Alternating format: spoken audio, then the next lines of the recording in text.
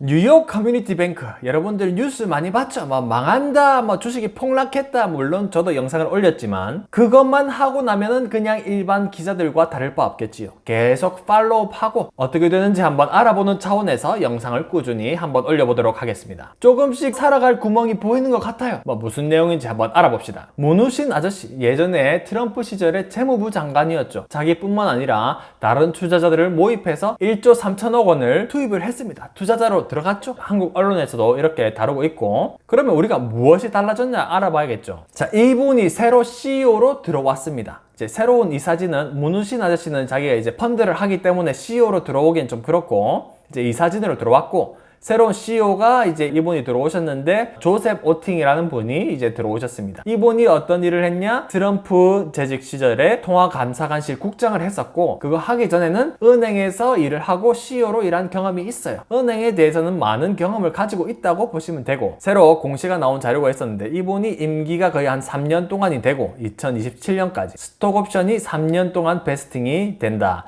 이 말인 즉슨 이제 3년 동안 꾸준히 옵션이 있는데 한꺼번에 이제 바로 다 주진 않고 조금씩 나눠서 준다는 게 이제 3년 동안 베스팅인데, 여기서 재밌는 게 있어요. 원래는 조금씩 이제 3년 동안 나눠서 주는데 한 가지 조건이 있습니다. 한 가지 조건을 만족시켰을 경우에는 스톡옵션 3년치를 다 준다는 거예요. 이게 한 몇십억 될 겁니다. 이거를 어떻게 하면 받을 수 있냐? Change in control of the company. 주인이 바뀌면은 3년치를 한꺼번에 준다는 거예요. 주인이 바뀐다는 건 뭐예요? 이거를 잘 고쳐가지고 다른 회사에 판다는 거죠. 주인이 바뀐다는 거죠. 이 사람의 유인은 뭡니까? 3년 안에 빨리 팔거나 인수합병을 시키거나 M&A를 하거나 그렇게 한다는 거죠. 그렇게 해야 이 3년 동안의 베스팅을 한꺼번에 다 먹을 수 있으니까. 그럼 우리가 이제 미래를 그렇게 봐야겠죠. 3년 동안 은행을 막 뒤집어가지고 안 좋은 거 빨리 버리고 팔고 구조조정을 해가지고 예쁘게 만들어야 되는 유인이 있겠구나. 그렇게 우리가 생각할 수가 있겠습니다. 그러면은 이제 현재 재정적 상황은 어떻게 됐냐. 23년 말로 보면은 81빌리언 해가지고 예금자 보호가 64%밖에 안 됐어요. 근데 어떻게 됩니까? 처음 발표를 할 때 2월 6일 날 더 올랐어요, 예금이.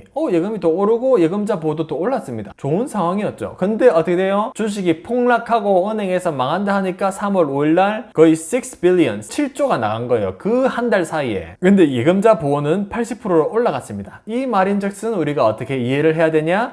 여기서 돈이 나갔는데 예금자 보호 안 되는 돈 6조, 7조가 나가니까 퍼센티지로는 80%로 늘었다는 거죠. 어떻게 보면 상당히 위험했을 거라고 이해가 됩니다. 왜냐? 더 많이 나갔으면은 자기가 갖고 있는 자산을 팔아야 되는데, 예전에 실리콘밸리 은행이 망한 이유가 바로 그거 아니에요. 사람들이 뱅크런 돈을 인출을 다 해가니까 자기 자산을 팔아야 되는데 자산이 다 어디에 묶여 있었습니까? 만기가 엄청 긴 그 국채에 묶여 있었잖아요. 안 그래도 금리가 올라가 있어가지고 국채가 완전 바닥으로 치고 있는데 그거를 이제 어쩔 수 없이 팔아야 되는 거예요. 그걸 또 파니까 또 어떻게 돼요? 파니까 사람들이 돈 없다고 생각하니까 더 나간 거야. 그래서 실리콘밸리가 망했는데 아직까지 이제 파산을 안 한 거 보면은 살만하구나라고 이해를 하시면 되겠죠. 80% 보호가 되니까 긍정적으로 저는 이해를 했습니다. 또 구독자 한 분께서 질문을 주셨는데 이제 은행 비상 대출 프로그램이라는 게 있었습니다. 이게 어떤 거였냐? 방금 말했다시피 실리콘밸리가 파산하고 나서 연준이 이거 큰일 났다. 이거 뱅크로는 어떻게 누가 잘못한 게 아니라 한 번에 요즘 기술이 좋으니까 핸드폰으로 따다닥 하면 바로 나가잖아요. 그게 몇십 조씩 나갈 수 있으니까 리퀴디티, 이게 유동성이 부족하니까 그 국채 10년짜리 국채를 팔아야 되는 상황이 발생하잖아요. 그거 안 파는 대신에 우리가 그런 자산이 있으면은 그 자산을 기반으로 해서 대출을 해줄게 해서 만든 게 이제 이런 프로그램인데, 결국에 말하자면 마이너스 통장이에요. 마이너스 통장. 근데 마이너스 통장을 최근에 끝났다고 발표를 했어요. 그러면 이제 이게 뉴욕 커뮤니티 은행에 어떤 영향을 미칠까 이제 궁금해 하시는 구독자분들이 있었는데, 제가 보니까 그렇게 큰 영향은 미치지를 않았습니다. 왜냐? 뉴욕 커뮤니티 은행은 모기지 상품이 많아가지고 모기지 대출 상품을 기반으로 해서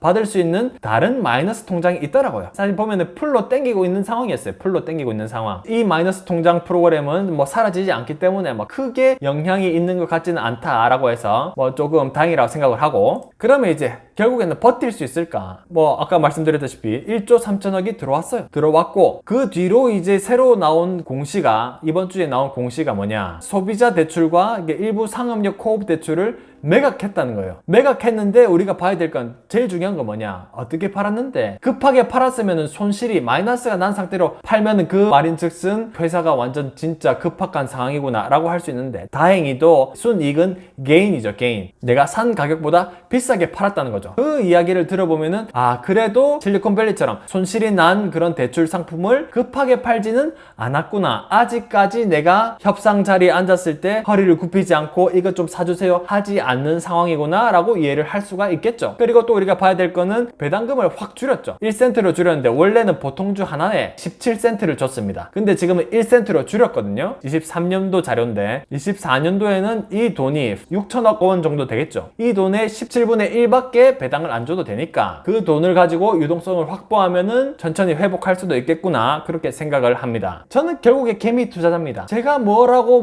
어떻게 얘기를 하겠습니까? 오늘의 결론은 아주 유명한 투자자의 의견으로 가름하도록 하겠습니다. 1조 3천억을 투자한 사람이 어떻게 얘기를 하느냐? It's great opportunity. 아주 좋은 기회다. 어떤 기회인데 이 은행을 아주 매력적인 지역은행으로 바꿀 수 있는 아주 좋은 기회다. 여기서 또 나오죠. 매력적인 은행으로 만든다는 건 뭐예요? 누구한테 매력적이냐? 여러분들 나 아니에요. 다른 은행에 팔겠다는 거를 아주 그냥 대놓고 말하는 거예요. CEO가 받는 보상금 내용도 보면 알잖아요. 3년 안에 어떻게 예쁘게 만들어서 팔겠다는 거야. 그래야 이제 1조 3천억을 투자한 사람도 3년 안에 돈 뻥튀기 만들면 땡큐 때 땡큐지. 여러분들 아세요? 시타델 켄 그리핀 아십니까? 주식 좀 하시는 분이라면 이제 이분 한번 이름은 들어봤을 거예요. 이분도 이제 실제로 이제 경영에는 참여를 하진 않지만 시타델 글로벌이 투자자로 참여를 했다는 거죠. 이분은 제 생각에 LP로 들어간 것 같아요. LP라면 이제 그냥 쩐주 내가 가서 운영 그런 건 안 해도 내가 쩐은 내가 넣어줄게.